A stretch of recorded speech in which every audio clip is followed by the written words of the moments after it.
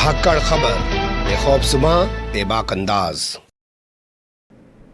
धाकड़ खबर में आपका स्वागत है। मैं आपके साथ हूं अकरम रईस खान। जो खबर आपके सामने रखने जा रहा हूं, मुझे लगता है उसके लिए प्रोफेसर वसीम बरेलवी का एक शेर पढ़ना ज़्यादा बेहतर होगा। वो कहते हैं, मुसलसल हादसों से बस मुझे इतनी शिकायत है, मुसलसल हादसों से बस मुझे इतनी शिकायत है कि ये आंसू बहाने की भी तो मोहलत नहीं देते। कोरोना के दौर में हमने बहुत सारे बड़े बुजुर्गों को खोया है।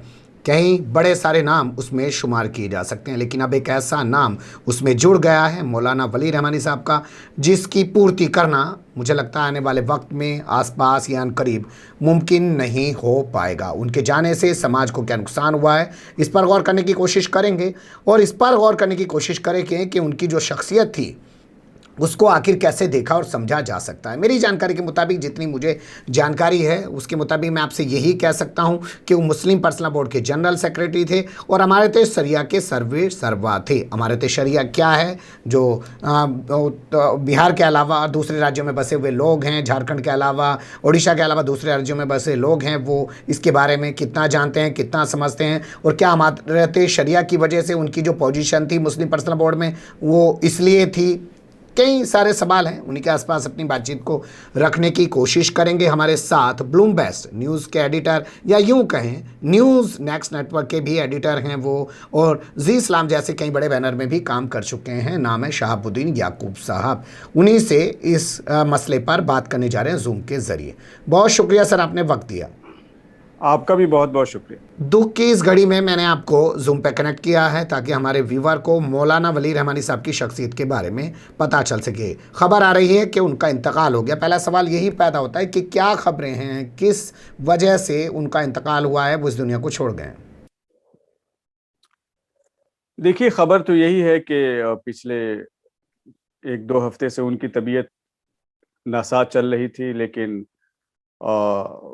ये भी खबर आने लगी थी कि उसमें काफ़ी बेहतरी आई है और बहुत जल्द मौलाना पब्लिक में आ जाएंगे और मैदानी अमल में आके फिर जिस तरह पहले वो सरगर्म हो जाएंगे। लेकिन ऑल ऑफ सडन ये खबर आई कि उनका इंतकाल हो गया, वो इस दुनिया को उन्होंने अलविदा कह दिया। अब ये कहा जा रहा है कि कुछ न कुछ कोरोना का भी कुछ न कुछ असर था। अब ये कितना सही है, ये तो इसकी तहकीक करने के बाद कहा जाएगा। लेकिन कुल ये है कि आप जानते हैं कि मौत का वक्त मुतय्यन है, उससे न आगे न पीछे, बहाना कुछ भी हो सकता है। लेकिन ये है कि अल्लाह की तरफ से जो उनका वक्त था, जो मोहलत थी, जो उनको उम्र अता हो गई थी, उसको पूरा होने के बाद बुला लिया गया। आई हयात आए, कज़ा ले चली चले, यही ज़िंदगी का फ़लसफ़ा है और ऐसे ही ज़िंदगी आगे बढ़ती चली जाती है। लेकिन यहाँ मौलाना वली रहमानी को मैं चाहूँगा आप ऐसे आसान शब्दों में बताएं कि मुस्लिम ही नहीं, जो हमारे गैर मुस्लिम भाई हैं वो भी मौलाना वली रहमानी साहब की शख्सियत के बारे में जान पाएँ कि आखिर वो कौन थे, उनके जाने से समाज को, देश को, क्षेत्र को क्या और किस तरीके का नुकसान हुआ है। देखिए, मौलाना वली रहमानी साहब एक बहुत अजीम शख्सियत, एक बहुत बड़ी पर्सनालिटी का नाम है। और सबसे बड़ी बात ये थी कि मौलाना बहुत ब्रॉड विजन की शख्सियत थे, यानी बहुत उनके अंदर खुलापन था, बहुत खुलकर सोचते थे, सबको साथ लेकर चलने की बात करते थे। दूसरी बात यह है कि जहाँ पे एजुकेशन, सोशल और रिलीजियस, ये सब जो फील्ड है उसमें काम उनका था ही, लेकिन सियासत की भी बड़ी उस पे उनकी नज़र थी। खुद 1974 से लेके 96 तक बिहार में एमएलसी भी वो रह चुके थे, जो बिहार कानून साज काउंसिल है उसके मेंबर थे। और उसके इस तरह से उनको सियासी समझ भी बहुत थी। सबसे बड़ी बात ये थी कि बहुत ही ज़हीन इंसान थे, यानी उनके बारे में कहा जाता है कि उनकी याददाश्त बहुत मजबूत थी। दूसरी बात यह है कि लोगों की समझ, जिसको कहते हैं कि इंसान की समझ, उनमें बहुत थी। वो लोगों से 1-2 बार मिलकर ही जान लेते थे कि इसके अंदर क्या शख्सियत है। और सबसे बड़ा अपन उनका ये था कि जब उनको पता चल जाता था कि इस शख्स के अंदर ये क्वालिटी है, ये सलाहियत है, तो उसको फौरन इस्तेमाल में लाने की कोशिश करते थे, उनको चैनलाइज करते थे और ज्यादा से ज्यादा लोगों से ज्यादा काम लेने की जो सलाहियत होती है उनमें होती है। और आप आज देख सकते हैं कि इस वक्त पूरे हिंदुस्तान ही नहीं बल्कि पूरी दुनिया में जो गम का माहौल है, वो इस वजह से है कि बहुत सारे लोग जो है मशवरे के लिए उनके पास हाजिर होते थे। बहुत सारी फिक्र को वो एक तरह से रुख देने में कामयाब रहे अपनी जिंदगी में। बहुत सारे उभरते हुए, सुलगते हुए जो इश्यूज थे उस पर फौरन अपनी राय रखना, लोगों को उस पे इकट्ठा करना जी। और उसका लाहे अमल तैयार करना, उसको लिए विजन देना, ये सब मौलाना वली रहमानी साहब का एक तरफ काम है। दूसरी तरफ एजुकेशन में आप देखिए तो एजुकेशन में आप रहमानी 30 का नाम आपने जरूर सुना होगा, जी। जहाँ पे नीट और जेईई इस तरह के इसमें बच्चे तकरीबन हर साल जो है अच्छी खासी तादाद में 100 के आसपास तैयार जाते हैं, तैयारी करते हैं और फिर उनको उसमें जाके एडमिशन मिलता है। और ये सब उस तरह के बच्चे होते हैं जो जिस फैमिली बैकग्राउंड से आते हैं, जी। उनको अगर सपोर्ट न मिले तो शायद वो कभी कामयाब नहीं होते। उसके अलावा आज उनके जो माफ कीजिएगा, जी। इस वक्त खास तौर से उनके जो साहबजादे हैं, फहद रहमानी हैं या और भी उनके जो फैमिली के लोग हैं, ये लोग भी काफी मौलाना के विजन को लेकर आगे बढ़ा रहे हैं। एजुकेशन के सेक्टर में समझिए मौलाना वली रहमानी साहब का बहुत बड़ा काम है, खासतौर से मॉडर्न एजुकेशन में। ठीक तो है। इस तरह मुसलमानों में और खासतौर से मदारिस से जुड़े हुए जो लोग हैं, उनके अंदर ये फिक्र किसी हद तक वो पैदा करने में बहुत कामयाब रहे कि वक्त की जरूरत के हिसाब से हमें बच्चों को मॉडर्न एजुकेशन में लाना जरूरी है, उनको मेन स्ट्रीम में करना जरूरी है। और इस तरह के रहमानी 30 से के जरिए से उन्होंने एक बहुत बड़ा काम किया। और जी। बहुत सारे फील्ड में आपने खुद कहा कि all India Muslim personal law board के वो जनरल सेक्रेटरी थे, इसी तरह इमारत शरिया बिहार, झारखंड और उड़ीसा इसके अमीर थे। तो एक बहुत ही वर्सटाइल पर्सनालिटी के मालिक थे, यानी कि बहुत सारे फील्ड में बैक वक्त उनकी निगाह थी, एक्सपर्टीज थी और बहुत सारे लोगों को साथ लेकर चलने, सबकी सलाहियत का बेहतर इस्तेमाल करना, ये सब उनको बहुत अल्लाह ताला ने अता किया। यहाँ पे दो चीज़ें क्लियर की, एक तो उनकी पूरी शख्सियत के बारे में बताया और दूसरा सबसे अहम चीज़ जो मुझे पसंद आई वो ये कि वक्त से आंखें मिलाने का हुनर रखते थे। बहुत से लोग खूब काबिल हो सकते हैं लेकिन वक्त जब सामने पड़ता है तो उस वक्त चाहे राजनीति का फील्ड हो, कहते हैं हमें तो इसकी जानकारी नहीं है, कुछ और फील्ड हो तो वहाँ पर कहते थे इसका हम वो जानकारी नहीं रखते हैं, वहाँ से नज़रें चुरा लेते हैं। लेकिन आपने जैसा बताया उससे लगता है कि उनकी शख्सियत ऐसी थी कि वो हर जो भी हालात होते थे उसमें वो आंखों में आंखें डाल के बात करने की जुर्रत और हिम्मत दोनों रखते थे। अमारत शरिया के तौर पे अगर मौलाना वली रहमानी को याद किया जाए तो मैं पूरे देश से कंपेयर करते हुए इन तीनों स्टेट की तुलना करना चाहता हूँ अमारत शरिया जैसी संस्था की। और जगह ऐसी संस्था कोई प्रभावी क्यों नज़र नहीं आती है दूसरे राज्यों में? हर राज्य में कोई ना कोई मुस्लिम तंजीम है और वो अपने तौर पे काम कर रही है। इमारत शरिया बिहार और उड़ीसा, झारखंड, एक तो जैसे इसमें 3 स्टेट का आपने नाम लिया और जानते हैं, असल में उसकी वजह खुद मौलाना वली रहमानी साहब थी। उससे पहले अगर आप जाएं तो मौलाना वली रहमानी साहब के जो वालिद साहब थे सैयद मिन्नतुल्लाह रहमानी, उनका भी बड़ा असर और रसूख है। उसके अलावा जो मुंगेर में जो उनकी खानकाह है उसके ये सज्जादा नशी हैं। तो उसकी वजह यह है कि इमारत शरिया जो बिहार उड़ीसा जो है उसमें मौलाना की शख्सियत और ख़ास तौर से जो मैंने आपसे कहा कि वो बड़े नब्ज़ शनास थे, यानी वक्त के साथ चलना, वक्त के मसाइल पे नज़र रखना और जहाँ जैसे कोई मसला होने से पहले मसले को आंक लेना, उसको उसके हल के लिए कोशिशें करना। तो एक मजबूत गिरफ्त होने की वजह से आप देखिएगा पटना से लेके दिल्ली तक हर एक जगह वे एक्टिव थे, हर जगह अपना प्रेजेंस रखते थे, सियासी शऊर उनमें बहुत ज़्यादा थी। तो इस वजह से इमारत शरिया को उन्होंने न सिर्फ ये है कि एक ऐसा इदारा बनाया बल्कि उसके ज़रिए मुसलमानों की उन्होंने तंजीमें नौ की, मुसलमानों के अंदर इत्तेहाद, मुसलमानों को वक्त के हिसाब से ढालना, जो भी अहम इशूज़ है वक्तन फ़वक्तन बल्कि ऑन टाइम उनको गाइडेंस फराहम करना। ये सब करने की वजह से इमारत शरिया के लिए इस वक्त अगर आप बिहार में कम से कम जाके देखें तो तकरीबन तमाम मुसलमान जो कहीं ना कहीं उससे जुड़े हुए आपको मिलेंगे और उनके अंदर एक कॉन्फिडेंस है कि हमारा कोई भी मसला होगा तो इमारत शरिया, बल्कि कुछ दिनों पहले तक तो हर एक छोटे छोटे मसले के लिए लोग इमारत शरिया की तरफ देखते थे कि वहां से पहले क्या फैसला आता है, वहां से क्या बात आती है, उसको हम फॉलो करेंगे। तो ये सब इस वजह से है कि मौलाना वली रहमानी साहब ने एक सबसे बड़ा काम किया कि तमाम मुसलमानों को एक साथ लेकर चलने की कोशिश की और हमेशा उनको उस रास्ते पे डालने की कोशिश की कि जहां वो कामयाबी की तरफ जो है फ्यूचर का सामना कर सकें, जो मसाइल हैं उससे निपट सकें। ये उनकी शख्सियत का एक बहुत बड़ा कमाल था। ये उनकी शख्सियत का एक बहुत बड़ा कमाल था और मैं इसी कमाल को आगे बढ़ाते हुए एक सवाल के जरिए आपसे और समझना चाहता हूं कि उसके कुछ अखबारों में मैंने पढ़ा कि कोई मामले अदालत और पुलिस तक पहुंचे तो वहां ये बहस हुई कि अमारत शरिया का जो मजहबी मामले होते हैं, तलाक हो गया, निकाह हो गया, खुला हो गया, तमाम मामले, अमारत शरिया का क्या कहना है? मैंने कई खबरें पढ़ी हैं, यानी मैं जी। फिर आपको कह रहा हूं कि और राज्यों से कंपेयर करते हुए मैं तुलना करना चाहता हूं अमारत शरिया की। इतनी बेहतर पोजीशन कैसे बन पाई अमारत शरिया की कि अदालतें और कोर्ट कचहरी में भी बात की जा रही है कि अमारत शरिया का इस बारे में क्या कहना है? उसकी वजह इमारत शरिया की तारीख है, उसकी हिस्ट्री है। यानी जब से इमारत शरिया का क़याम अमल में आया, तब से लेकर बिहार के जो मुसलमान हैं, वो सिर्फ बिहार के मुसलमान ही नहीं, बल्कि वहाँ पे जो गवर्नमेंट जो आप कह सकते हैं कि विभाग हैं, डिपार्टमेंट हैं, वहाँ उनको भी पता है कि, और ये बिहार की खूबसूरती यह है कि जब भी कोई ऐसा मसला होता है, चूंकि उनको पता होता है कि हमारे पास इमारत शरिया जैसा इदारा है जो मुसलमानों की रहनुमाई उनके मजहबी मामलात में करता है, तो वो किसी भी इस तरह के जब मसला होता था तो इमारत शरिया से वो गाइडेंस लेते थे। दूसरी बात है कि इमारत शरिया के बहुत सारे ऐसे फैसलों को कोर्ट भी एक तरह से मान्यता देता है, उसको रिस्पेक्ट की निगाह से देखता है। उनको पता है कि जैसे मुसलमानों के बहुत सारे जो घरेलू इश्यूज होते हैं, शादी ब्याह के, इस तरह बहुत सारे, इसमें अगर इमारत शरिया किसी पे अगर मोहर लगा देता है या फैसला लिख के दे देता है, तो उसको यहाँ तक कि कोर्ट और दूसरे जो गवर्नमेंट एजेंसीज हैं उसको कद्र की निगाह से देखते हैं। तो वो इस वजह से है कि गवर्नमेंट के साथ मिलकर उन्होंने काम किया है। गवर्नमेंट की बहुत सी ऐसी मुश्किलें होती है, इसलिए कि इस तरह के अगर आप मसाइल देखें,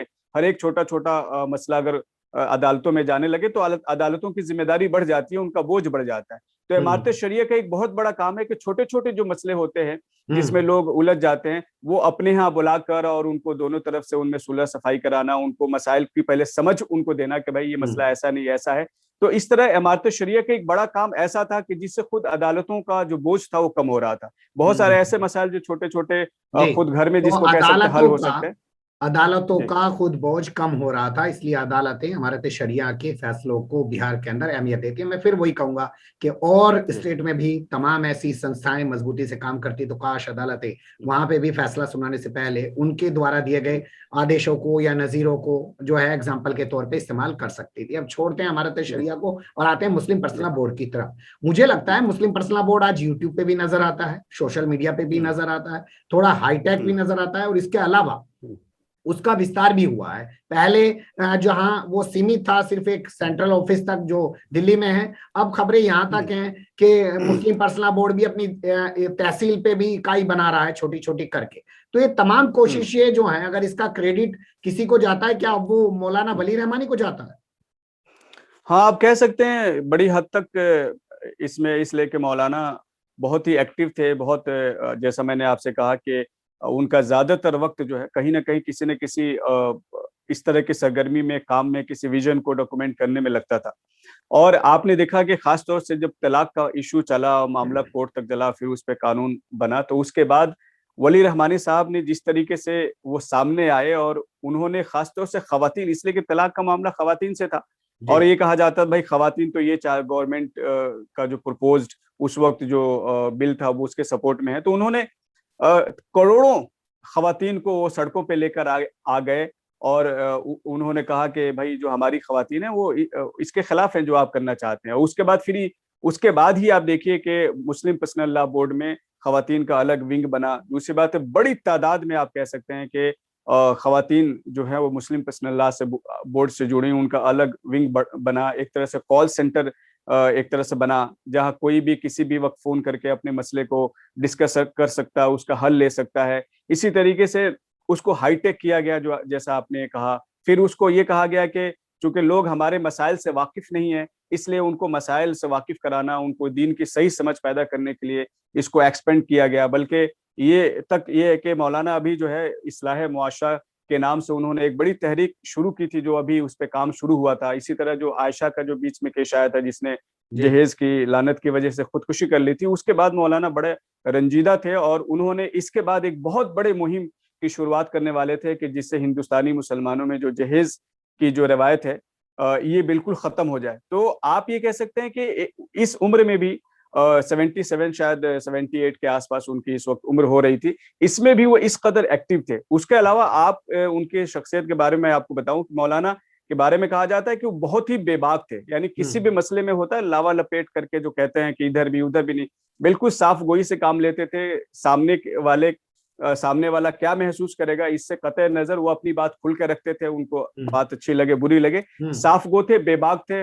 इसीलिए पॉलिटिकल बहुत सारे इश्यूज पे आप देखेंगे कि बड़ा खुलकर अपनी राय रखते थे, इख्तलाफात करते थे। उनका रद्द अमल आता रहता था, तमाम करंट इश्यूज पर, करंट अफेयर्स पर वो अपनी राय रखते रहते थे, अखबारात में छपती रहती थी। ये अलग मसला है कि तमाम ऐसी चीजें उर्दू के अखबारात तक सिमट के रह जाती हैं। इस पर भी इन लोगों को कभी काम करना चाहिए, काश कभी अकल आए। खैर ये वही लोग हैं जो 30-35 साल पहले टीवी फुड़वा रहे थे फतवे दे दे के, और अब सब कुछ यूट्यूब फेसबुक पे खुद बैठे हैं। इस मुद्दे पर यहाँ ये वक्त नहीं है बात की जाए, लेकिन मौका था तो एक लाइन मैंने आपको ऐसे बोल दी। पर आखिर में क्योंकि वक्त का तकाजा होता है, हम चाहते हैं 15-20 मिनट में तमाम चीजें समेट के आपके सामने रखें। क्या उनके जाने से जो नुकसान हुआ है, तो आपको लगता है अनकरीब में उसकी कोई भरपाई करती हुई शख्सियत आपको नजर आती है?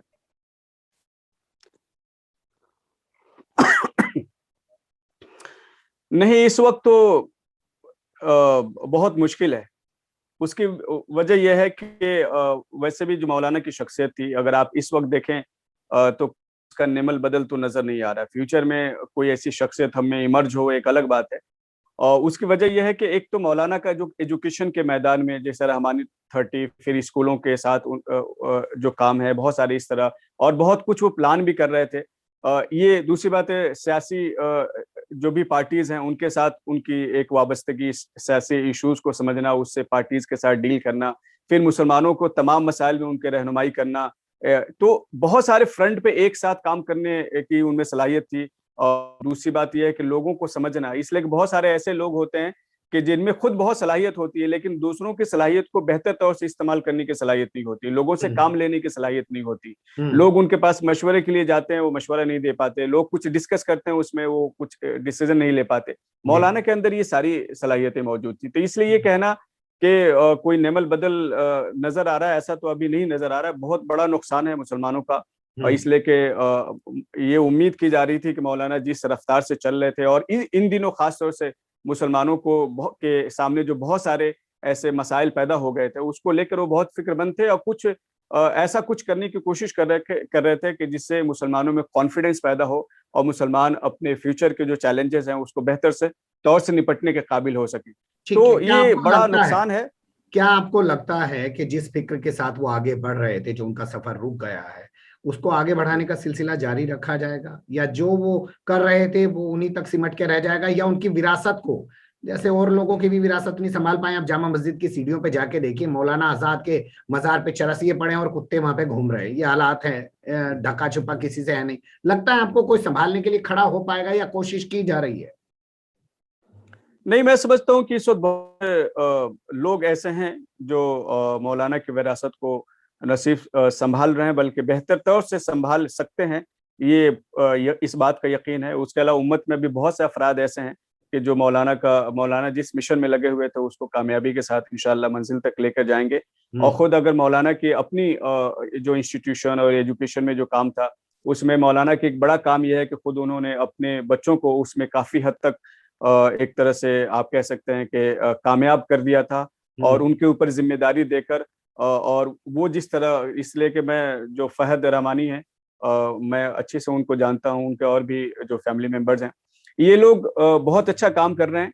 और इससे उम्मीद की जा सकती है कि मौलाना जिस विजन के साथ चल रहे थे, और जो कुछ भी उन्होंने एजुकेशन के सेक्टर में और दूसरे सेक्टर में जो उन्होंने बहुत सारे ऐसी मिसालें कायम की हैं, उसको ये खूबी के साथ और कामयाबी के साथ इंशाल्लाह ये लोग आगे बढ़ाएंगे, इस बात को उम्मीद है। और सबसे बड़ी बात यह है कि मौलाना के चाहने वाले इस मुल्क में और मुल्क से बाहर इतने लोग हैं, खासतौर से हिंदुस्तान में ही उनका इतना बड़ा हल्का था, इतने चाहने वाले थे उनके, उनसे मोहब्बत करने वाले थे, कि ये सब लोग अब उस मिशन को लेकर आगे बढ़ने की कोशिश करेंगे। और जो भी ताउन उनके इदारे को या उनसे जुड़े हुए जो शख्सियात थे उस मिशन को लेकर चलने वाले लोग, उनको जो भी ताउन दरकार होगा, सब लोग खुले दिल से मदद करेंगे। इसलिए मुझे लग रहा है कि सफर में और तेजी आएगी, और लोग बेहतर तरीके से और कामयाबी से उनके तमाम ख्वाबों को पूरा करने की कोशिश करेंगे।